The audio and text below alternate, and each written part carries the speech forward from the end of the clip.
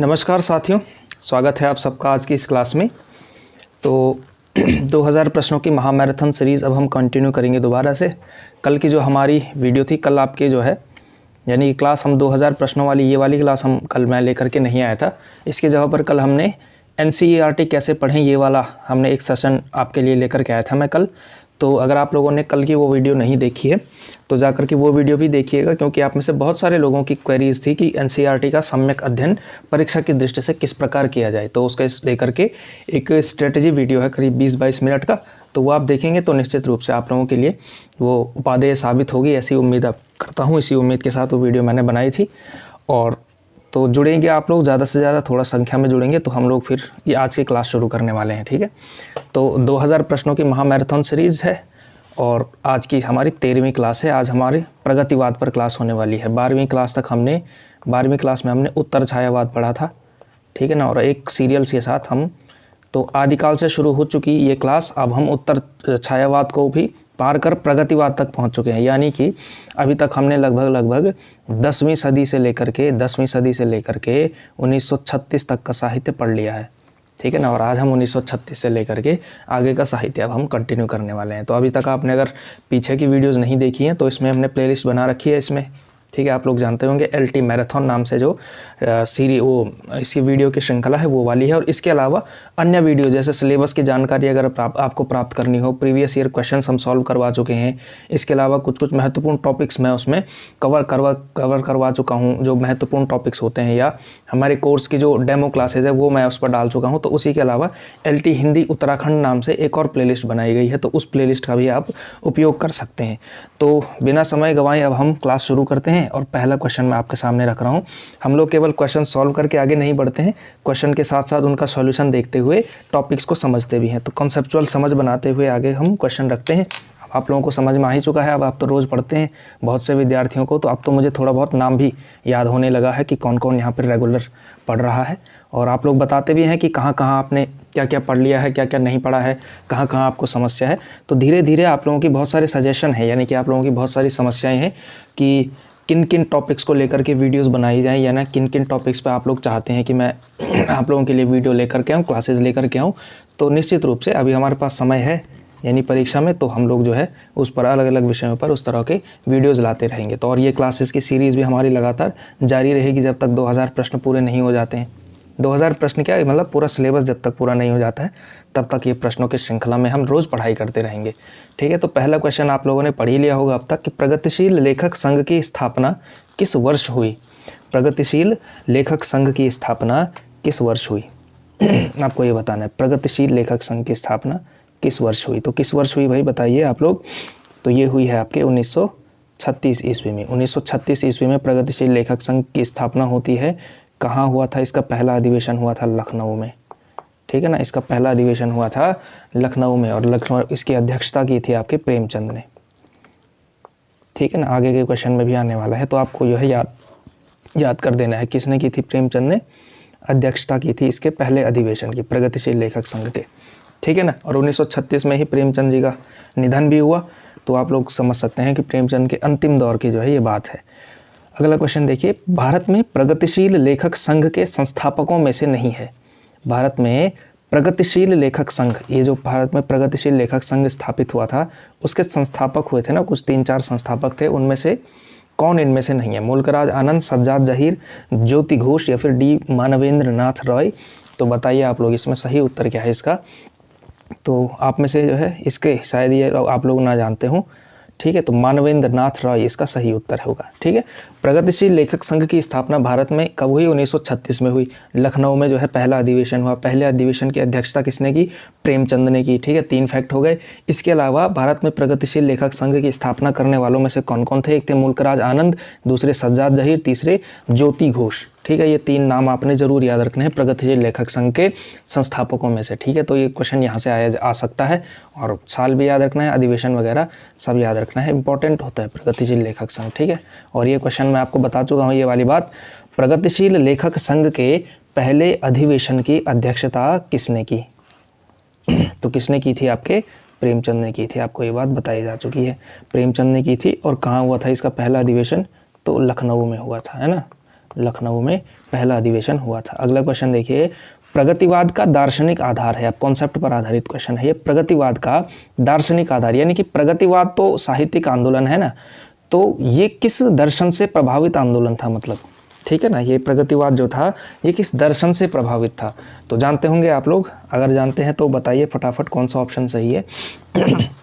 इसका जो सही आंसर है, पहले ऑप्शन पढ़ लेते हैं, चलो थोड़ा टाइम मिल जाएगा आपको। मार्क्सवाद, अस्तित्ववाद, मनोविश्लेषणवाद या स्वच्छंदतावाद, तो इसका सही उत्तर है आपका ए, मार्क्सवाद। ठीक है ना, प्रगतिवाद का दार्शनिक आधार क्या है, मार्क्सवाद है। मार्क्सवाद का भी द्वंद्वात्मक भौतिकवाद, द्वंद्वात्मक भौतिकवाद, कार्ल मार्क्स ने दो सिद्धांत दिए, एक ऐतिहासिक भौतिकवाद, एक द्वंद्वात्मक भौतिकवाद। ठीक है ना, तो यानी कार्ल मार्क्स की जो फिलॉसफी थी ना, जो कम्युनिज्म था, साम्यवाद था, जो इसको साम्यवाद भी कहते हैं। ठीक है ना, इसी का दूसरा नाम है साम्यवाद। और इसी के आसपास की एक चीज़ होती है समाजवाद, समाजवाद। ठीक है ना, तो ये दो तीन चीज़ें हैं ये आसपास में। अगर साम्यवाद आए ऑप्शन में तो साम्यवाद भी जो है इसका सही उत्तर होगा। ठीक है, मार्क्सवाद तो इसलिए कहते हैं क्योंकि ये मार्क्स नाम के व्यक्ति की का दर्शन था, दर्शन का नाम था साम्यवाद था वैसे। ठीक है ना, तो साम्यवाद लिखेंगे आप लोग। तो इसके लिए अंग्रेजी में जो शब्द चलता है उसको कहते हैं कम्युनिज्म। ठीक है ना, और हिंदी में कहते हैं इसको साम्यवाद। ठीक है ना, तो साम्यवाद शब्द आए तो भी ध्यान रखना प्रगतिवाद का दार्शनिक आधार है। ठीक है ना, मार्क्सवाद, साम्यवाद, ये ध्यान रखना। रूपाभ पत्रिका का संपादन किसने किया? अगला क्वेश्चन देखिए, रूपाभ एक जो ये पत्रिका थी इसका संपादन किसने किया था? ये भी प्रगतिवाद से जुड़ी हुई पत्रिका थी। रूपाभ पत्रिका का संपादन किसने किया? जयशंकर प्रसाद ने, प्रेमचंद, सुमित्रा नंदन पंत या फिर जानकी वल्लभ शास्त्री? तो इसका सही उत्तर है आपका option number C, option number C, Sumitra Nandan Pant. ठीक है ना, प्रगतिवाद के संदर्भ में सुमित्रा नंदन पंत को लेकर के कुछ चीज़ें आप लोग देखिए। ठीक है ना, एक दो चीज़ें हम नोट कर लेते हैं। पंत की भूमिका क्या थी प्रगतिवाद में? ठीक है तो आप इसके नोट्स जो है बढ़िया से तैयार करेंगे। तो देखिए आप लोग,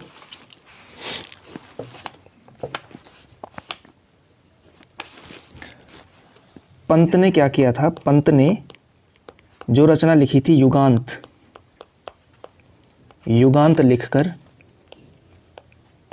लिखकर छायावादी युग के अंत के, छायावादी युग के अंत की घोषणा की, अंत की घोषणा की। ठीक है, पहला पॉइंट तो ये है। तो आप लोग पॉइंट इसके हेडिंग ऐसे बना सकते हैं आप, पंत और प्रगतिवाद। पंत यानी प्रगतिवाद में पंत की भूमिका क्या थी? पंत और प्रगतिवाद, प्रगतिवाद। तो पहला पॉइंट आप लोगों ने ये नोट करना है। पंत ने क्या किया? युगांत लिख करके, युगांत इनकी एक रचना है, प्रगतिवाद से संबंधित इनकी 3 रचनाएं हैं, युगांत, युगवाणी और ग्राम्या।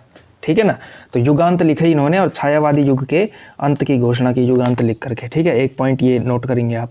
दूसरा पॉइंट ये है कि इन्होंने जो है युगवाणी लिखा, इन्होंने युगवाणी, जो दूसरी रचना लिखी इन्होंने युगवाणी, युगवाणी में उन्होंने यानी पंत ने, ठीक है ना, उन्होंने प्रगतिवाद को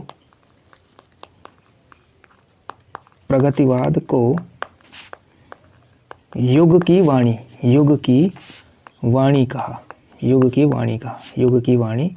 कहा। ठीक है ना, तो युगांत मतलब किसके युग के अंत के, कौन सा युग का? छायावाद अंत।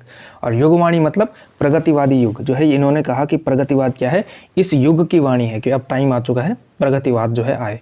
ठीक है, और ग्राम्या भी क्या है? ग्राम्या भी प्रगतिवाद से ही संबंधित इनकी एक और रचना है। तो पंत में जो है ये 3 पॉइंट आपने लिखने हैं कि युगांत लिख करके पंत जी ने छायावादी युग के अंत की घोषणा की और युगवाणी लिख करके प्रगतिवाद को युग की वाणी कहा, यानी कि युगवाणी से प्रगतिवाद की शुरुआत करवाई। ठीक है ना, और एक और पॉइंट है जो ये इसमें क्वेश्चन के फॉर्म में हमने लिखा हुआ है, रूपाभ पत्रिका का संपादन इन्होंने शुरू किया। और रूपाभ पत्रिका में क्या है? पंत के प्रगतिवाद संबंधी विचार जो है इसमें मिलते हैं आपको। ठीक है, पंत के प्रगतिवादी विचार जो है इस पत्रिका में मिलते हैं ना, इस पत्रिका में दिखते हैं, इस पत्रिका में देखते हैं। तो उन्होंने जो है प्रगतिवाद के दृष्टि से ये पत्रिका निकाली थी और इसमें आपको प्रगतिवाद को लेकर के पंत क्या क्या सोचते थे उसके बारे में है, ठीक है ना। तो रूपाव पत्रिका इसलिए आपको बताई गई है, ठीक है। तो पंत जो है आपको प्रगतिवाद से कोई भी क्वेश्चन गलती से पूछ लिया जाए तो आपने कर लेना है, ठीक है। अगला क्वेश्चन देखिए, निम्न में से प्रगतिवादी कवि नहीं है, नहीं शब्द, ठीक है ना, प्रगतिवादी कवि नहीं है। केदारनाथ अग्रवाल, नागार्जुन, वासुदेव सिंह त्रिलोचन या फिर अज्ञेय। तो कौन जो है प्रगतिवादी कवि नहीं है इनमें से, बताइए भाई। सही उत्तर होगा अज्ञेय, ठीक है। अज्ञेय क्या है, प्रयोगवादी कवि है। प्रयोगवाद और नई कविता, प्रयोगवाद प्लस नई कविता, इन दो युगों के तो प्रवर्तक ही माने जाते हैं, ठीक है। लेकिन ये क्या है आपके ये प्रगतिवादी कवि नहीं है, ठीक है। तो डी जो है ऑप्शन सही होगा। इसके अलावा आप प्रगतिवादी कवियों में देखेंगे केदारनाथ अग्रवाल, नागार्जुन, वासुदेव सिंह त्रिलोचन और इसके अलावा शिवमंगल सिंह सुमन। एक नाम और लिखना है आपने, शिवमंगल सिंह सुमन, शिवमंगल सिंह सुमन, ठीक है। अब इसके बाद हमने इन्हीं कवियों के बारे में पढ़ना है प्रगतिवाद में। अब आपको जो है इंट्रोडक्शन हो चुका है प्रगतिवादी कवियों से। केदारनाथ अग्रवाल, नागार्जुन, वासुदेव सिंह त्रिलोचन आपके देखिए ये तीनों के तीनों कवि जो हैं आपके एनसीईआरटी में लगे हुए। केदारनाथ अग्रवाल आपके 9th में लगे हुए हैं, नागार्जुन 10th में, वासुदेव सिंह त्रिलोचन 11वीं या 12वीं में से किसी एक क्लास में लगे हुए हैं, ठीक है। तो इंपॉर्टेंट कवि हैं सारे के सारे। और शिवमंगल सिंह सुमन भी एक इंपॉर्टेंट कवि हैं, ठीक है। अज्ञेय भी हैं, लेकिन अज्ञेय जो है हम प्रयोगवाद में पढ़ेंगे, जो कि क्लास कल होने वाली है हमारी। अगला क्वेश्चन देखिए, निम्न में से केदारनाथ अग्रवाल की रचना नहीं है। और ये एनसीईआरटी से लिए गए क्वेश्चन है सीधा सीधा, मैं अभी से बता रहा हूँ आपको। निम्न में से केदारनाथ अग्रवाल की कविता रचना नहीं है। तो जो भी रचनाकार आपके एनसीईआरटी में लगा हुआ है वो तो आपको सारे के सारे याद करने ही करने हैं कि कौन कौन सी रचनाएं उनकी हैं। और जो रचनाएं एनसीईआरटी में लिखी गई हैं उनके कवि परिचय में, वो भी आप याद करेंगे तो आपके लिए काफ़ी होगा, ठीक है ना। तो वो तो याद करना ही करना है। तो बताइए केदारनाथ अग्रवाल की रचना इनमें से कौन सी नहीं है। युग की गंगा, सतरंगे पंखों वाली, नींद के बादल या आग का आईना। तो इसका जो सही उत्तर है वो है आपका बी, ऑप्शन बी जो है सतरंगे पंखों वाली। ये केदारनाथ अग्रवाल की रचना नहीं है, ये है आपकी नागार्जुन की रचना, ठीक है ना। तो मैं थोड़ा सा इसमें क्वेश्चन जो है थोड़ा कठिन इसीलिए पूछता हूँ आप लोगों से, ताकि एक ही के भीतर जो है आपके सारे क्वेश्चन जो है आ जाए। केदारनाथ अग्रवाल की रचनाएं, 3 रचनाएं तो हमने ऑप्शन में ही कर ली, युग की गंगा, नींद के बादल, आग का आईना, ये 3 रचनाएं तो हो गई।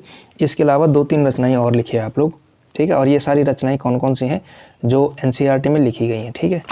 तो 3 रचनाएं तो ये हो गई। इसके अलावा 1-2 नाम और दिखेंगे। एक है फूल नहीं रंग बोलते हैं, 3 रचना ये हो गई। चौथी लिखेंगे फूल नहीं रंग बोलते हैं,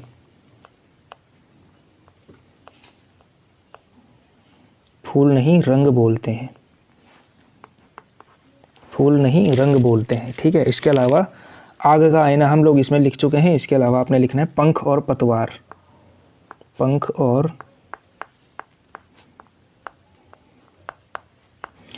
और पतवार, ठीक है। इसके अलावा अगले लिखेंगे आप हे मेरी तुम, ये बड़ी प्रसिद्ध कविता है, ठीक है ना। हे मेरी तुम, ये पूछा भी जा सकता है। सबसे इम्पॉर्टेंट अगर कुछ है केदारनाथ अग्रवाल के साहित्य में तो यही है, हे मेरी तुम। और लिखेंगे अगला कहे केदार खरी खरी, एक रचना ये भी है, कहे केदार खरी खरी, ठीक है। कहे नहीं है, कहे हैं, कहे केदार खरी खरी, ठीक है। तो 3 रचनाएं आप लोगों ने लिखी, युग की गंगा और नींद के बादल, इसके अलावा आग का आईना, फूल नहीं रंग बोलते हैं, पंख और पतवार, हे मेरी तुम और कहे केदार खरी खरी, ठीक है। तो ये 7 रचनाओं का नाम आपने केदारनाथ अग्रवाल के उसमें याद रखना है भाई, ठीक है। अगला क्वेश्चन देखेंगे, हे मेरी तुम किसकी रचना है। तो अभी आपको बताया कि हे मेरी तुम जो है केदारनाथ अग्रवाल की रचना है, ठीक है ना। तो केदारनाथ अग्रवाल की रचना है हे मेरी तुम। अगला क्वेश्चन देखिए, निम्न में से नागार्जुन की रचना नहीं है। इनमें से कौन सी रचना है जो नागार्जुन की रचना नहीं है। युगधारा, सतरंगे पंखों वाली, तुमने कहा था और ताप के ताए हुए दिन। तो इसका सही उत्तर कौन सा है। हाँ इसका सही उत्तर है ताप के ताए हुए दिन। ये जो रचना है ये जो है नागार्जुन की रचना नहीं है, ये आपके त्रिलोचन की रचना है, ठीक है। त्रिलोचन हमने अभी आगे पढ़ना है। त्रिलोचन, वासुदेव सिंह त्रिलोचन आपके एनसीईआरटी में लगे हुए रचनाकार हैं, ठीक है ना। तो त्रिलोचन की रचना है ताप के ताए हुए दिन। युगधारा, सतरंगे पंखों वाली, तुमने कहा था, ये सब क्या है ये तो हैं ही आपके नागार्जुन की रचना। नागार्जुन की अन्य रचनाएं देखेंगे आप लोग ज़रा। चलो थोड़ा और बड़ा कर देते हैं ताकि और लिख सकें हम, है ना। युगधारा हो गया है, सतरंगे पंखों वाली कर दिया। इसके अलावा तुमने कहा था भी हम लिख चुके हैं। अगला लिखेंगे हजार हजार बाहों वाली। चौथा लिखेंगे आप हजार हजार बाहों वाली, एक ये रचना है। अगली लिखेंगे आप लोग पुरानी जूतियों का कोरस। पुरानी जूतियों का कोरस, पुरानी जूतियों का कोरस। अगली लिखेंगे आप लोग आखिर ऐसा क्या कह दिया मैंने। ये सब एनसीईआरटी में लिखा हुआ है इनके कवि परिचय में। आखिर ऐसा क्या कह दिया मैंने।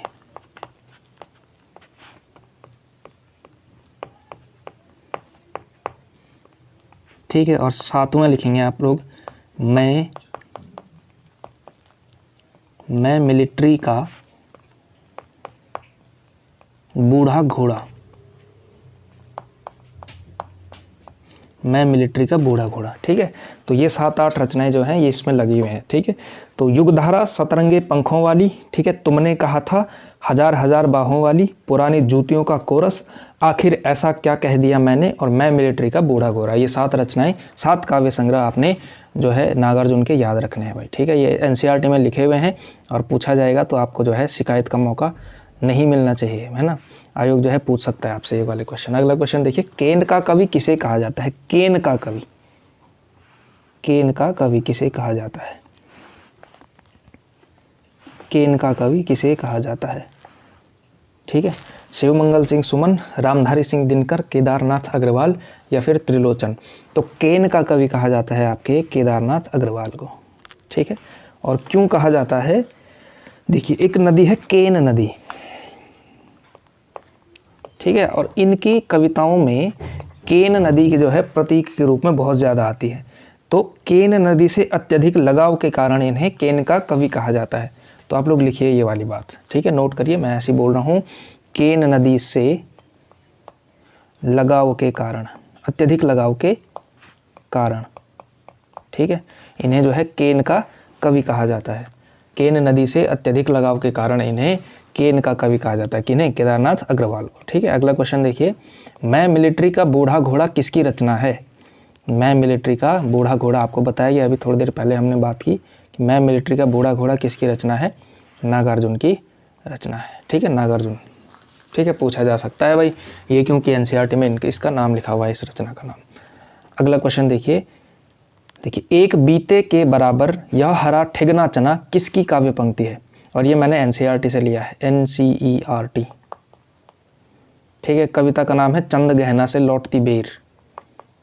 चंद गहना से लौटती बेर, ये कविता थी। और यहाँ पे जो है ये बड़ी प्रसिद्ध कविता पंक्ति है, एक बीते के बराबर यह हरा ठिगना चना, यह किसकी काव्य पंक्ति है। तो बताइए किसकी काव्य पंक्ति है ये काव्य पंक्ति है आपकी केदारनाथ अग्रवाल की। 9th क्लास में ये कविता लगी हुई है। ठीक है। और ये पूछा जा सकता है।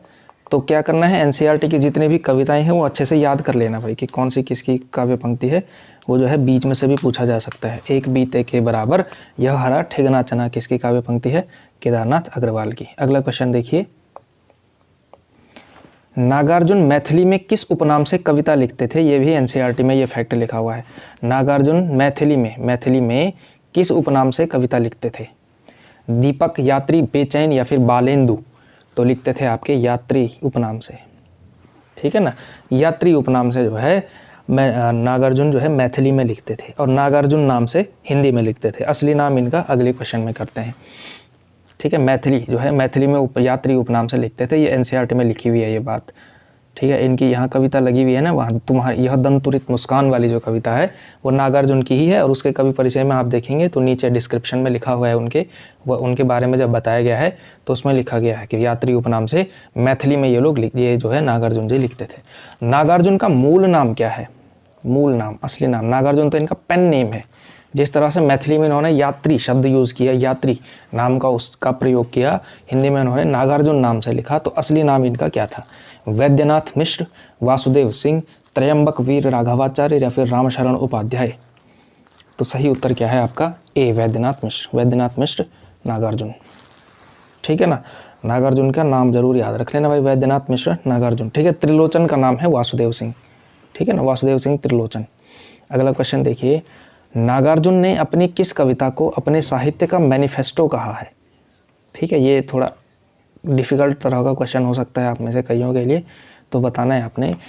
नागार्जुन ने अपनी किस कविता को अपने साहित्य का मैनिफेस्टो, मैनिफेस्टो समझते हैं आप लोग, घोषणा पत्र। अभी चुनाव होने वाले हैं तो सब लोग, सारी पार्टियों का घोषणा पत्र आएगा, खतरनाक तरह का घोषणा पत्र आता है, ठीक है।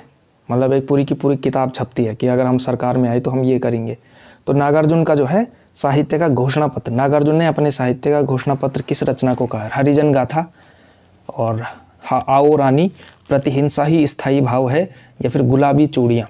तो इसका सही उत्तर है आपका ऑप्शन नंबर सी, प्रतिहिंसा ही स्थायी भाव है। ये जो रचना है, इस कविता को उन्होंने कहा कि ये मेरे साहित्य का मैनिफेस्टो है, यानी कि घोषणा पत्र है, ठीक है। तो ये नागार्जुन के नोट्स में आपने ये लिखना है। अच्छा, ये सारी की सारी रचनाएं नागार्जुन की हैं, ये नोट्स भी बनाने हैं थोड़ा अवेयर हो करके। नागार्जुन की प्रमुख कविताएं ऐसा करके लिख करके, हरिजन गाथा, आओ रानी, गुलाबी चूड़ियाँ, ठीक है।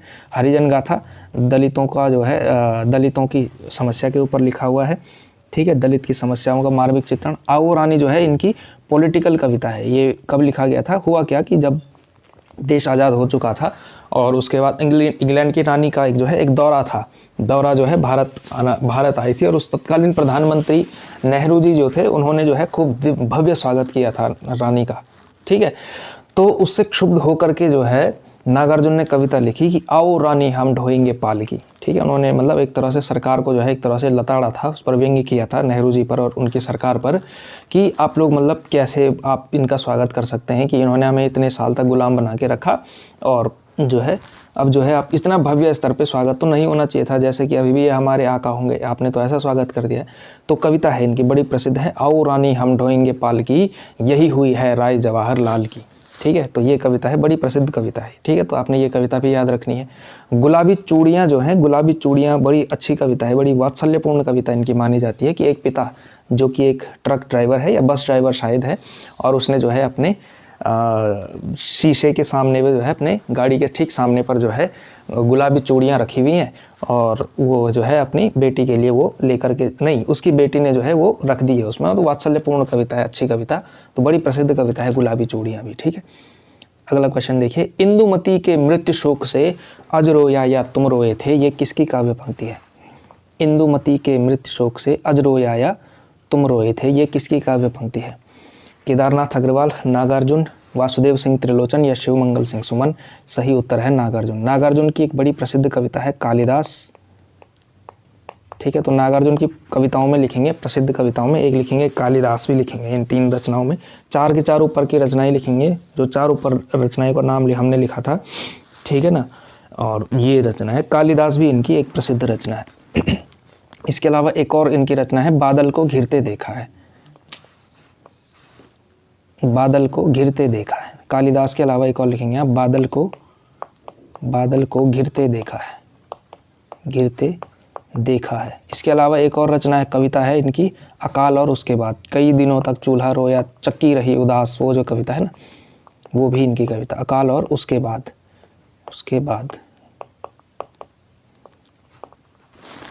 अकाल और उसके बाद एक कविता ये है। इसके अलावा हम बता चुके हैं बादल को घिरते देखा है, ये सारी रचनाओं का नाम जरूर लिख लेना भाई। और इंदुमती के मृत्यु शोक से अज रोया या तुम रोए थे, ये काव्य पंक्तियाँ कालिदास कविता से आती है। कालिदास सच सच बतलाना, इस तरह से, कालिदास सच सच बतलाना अज रोया या तुम रोए थे, इस तरह से। अमल धवलगिरी के शिखरों पर प्रियतम तुम कब तक सोए थे, कालिदास सच सच बतलाना रोया यक्ष के तुम रोए थे, ठीक है। इस तरह से कविता चलती है, बहुत अच्छी कविता है, कालिदास के ऊपर लिखी हुई कविता। अपनी व्यंग्य धर्मिता के कारण आधुनिक युग के कबीर कहलाते हैं, आधुनिक युग के कबीर, और किस वजह से कहलाते हैं, व्यंग्य धर्मिता यानी कि व्यंग्य करने की क्षमता के आधार पर आधुनिक युग के कबीर कहलाते हैं। क्योंकि कबीर भी जो है हिंदी साहित्य के सबसे बड़े व्यंग्यकार कौन हुए, अगर देखा जाए पूरे इतिहास में, तो कबीर से बड़ा व्यंग्य किसी ने नहीं लिखा, कबीर से ज़्यादा मारक व्यंग्य किसी ने नहीं लिखा, ठीक है। तो आधुनिक युग के कबीर किसको कहा जाता है अपनी व्यंग्य धर्मिता के कारण, तो नागार्जुन को कहा जाता है, ठीक है। तो तो जिस स्तर पे जो है कबीर अपने समय में व्यंग्य करते थे, अपने समय की जो है विसंगतियों को उन्होंने व्यंग्य के रूप में चित्रित किया, उसी तरह से आधुनिक युग में नागार्जुन ने जो है ये काम किया है। व्यंग्य के कारण आधुनिक युग के कबीर कहे जाते हैं। और ये वाला जो फैक्ट लिखा हुआ है ये एनसीईआरटी से लिखा हुआ है, ऐसे नहीं बनाया गया है, ठीक है। एनसीईआरटी में ये बात लिखी हुई है। अगला क्वेश्चन देखिए, निम्न में से नागार्जुन की कविता नहीं है, नागार्जुन की कविता इनमें से कौन सी नहीं है? हरिजन गाथा, आओ रानी, चना जोर गरम, ये चंपा काले काले अक्षर नहीं चीन्हती। तो ये इसका जो सही उत्तर है ये है आपका चंपा काले काले अक्षर नहीं चीन्हती। ये किसकी कविता है? यह है त्रिलोचन की कविता और आपके एनसीईआरटी में लगी हुई रचना है, ठीक है। पढ़ा होगा आप लोगों ने, पढ़ा नहीं है तो पढ़ लो भाई, टाइम है अभी, ठीक है। चंपा काले काले अक्षर नहीं चीन्हती। इसके अलावा एक और रचना आपने लिख देनी है भाई, चना जोर गरम भी नागार्जुन की कविता है। हरिजन गाथा हो गया, आओ रानी हो गया, चना जोर गरम भी नागार्जुन की कविता है। इसके अलावा कालिदास बताया आपको, बादल को घिरते देखा बताया आपको, इसके अलावा अकाल और उसके बाद बताया आपको, है ना।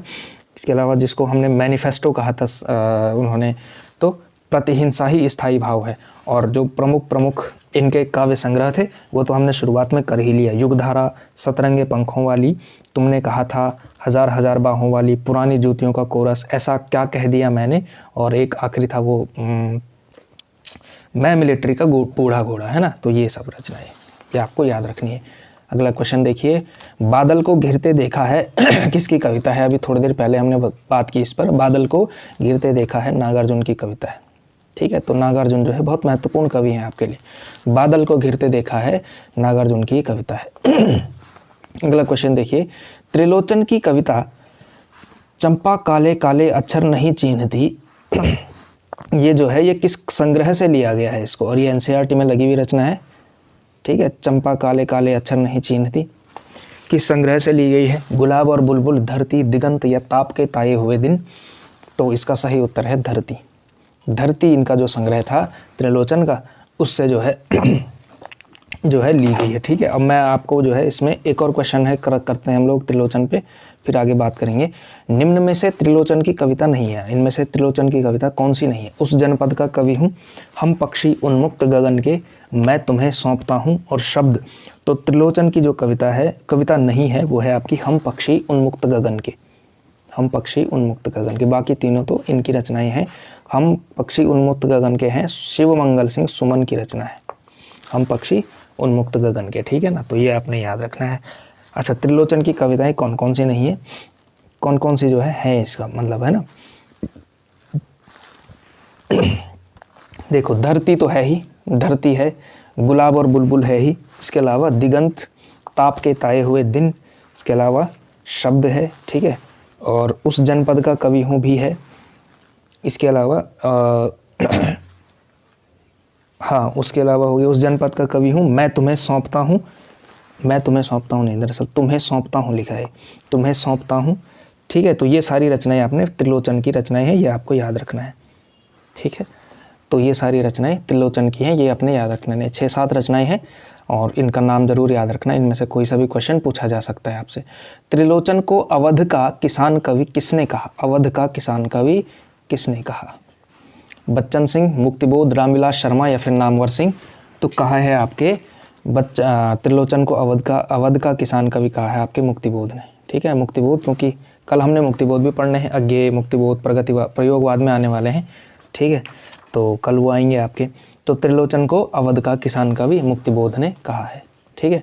तो ये 22 क्वेश्चन है, ठीक है। क्वेश्चन तो संख्या की दृष्टि से अगर हम देखेंगे तो 22 ही हैं, लेकिन आपने जो है नोट्स अगर अच्छे से बना लिए होंगे तो प्रगतिवाद से अब कुछ भी नहीं रह गया है भाई। प्रगतिवाद हमने समाप्त कर लिया, देखो आधे घंटे के अंदर अंदर प्रगतिवाद आपने पढ़ लिया है। मतलब नोट्स तो हमने आधे घंटे में बना लिया, आप थोड़ा सा टाइम लगा करके वीडियो पॉज कर करके जो है नोट्स बनाते रहिएगा, 1-1.5 घंटे में आपका प्रगतिवाद समाप्त हो जाएगा। तो 2 नंबर का जो है 2 से 3 नंबर का जो है यहाँ से क्वेश्चन पूछे जाने की संभावना बनती है। 2-3 नंबर का आ जाए तो भी, तो 2-3 नंबर अगर 2 घंटे पढ़ाई करके जो है 70 में से यानी कि 100 में से 2-3 नंबर अगर आपके बन रहे हैं शॉर्ट, तो जो है आपको जो है टाइम इन्वेस्ट करना ही चाहिए। रोज़ अगर थोड़ा थोड़ा करके करेंगे तभी जा करके 70 नंबर आपके कंप्लीट होंगे। और 70 क्या, CDP का भी जो है अच्छे से आप लोग पढ़ते रहिए, ठीक है। उसमें भी आप अच्छे से अच्छा स्कोर करिए और कोशिश करनी है आप लोगों ने कि किसी भी हालत में अगर बहुत बुरी स्थिति भी है CDP में तो 15 से कम नंबर तो नहीं आने चाहिए। गलत क्वेश्चन करने के बाद 15 से कम उसमें नहीं आने चाहिए,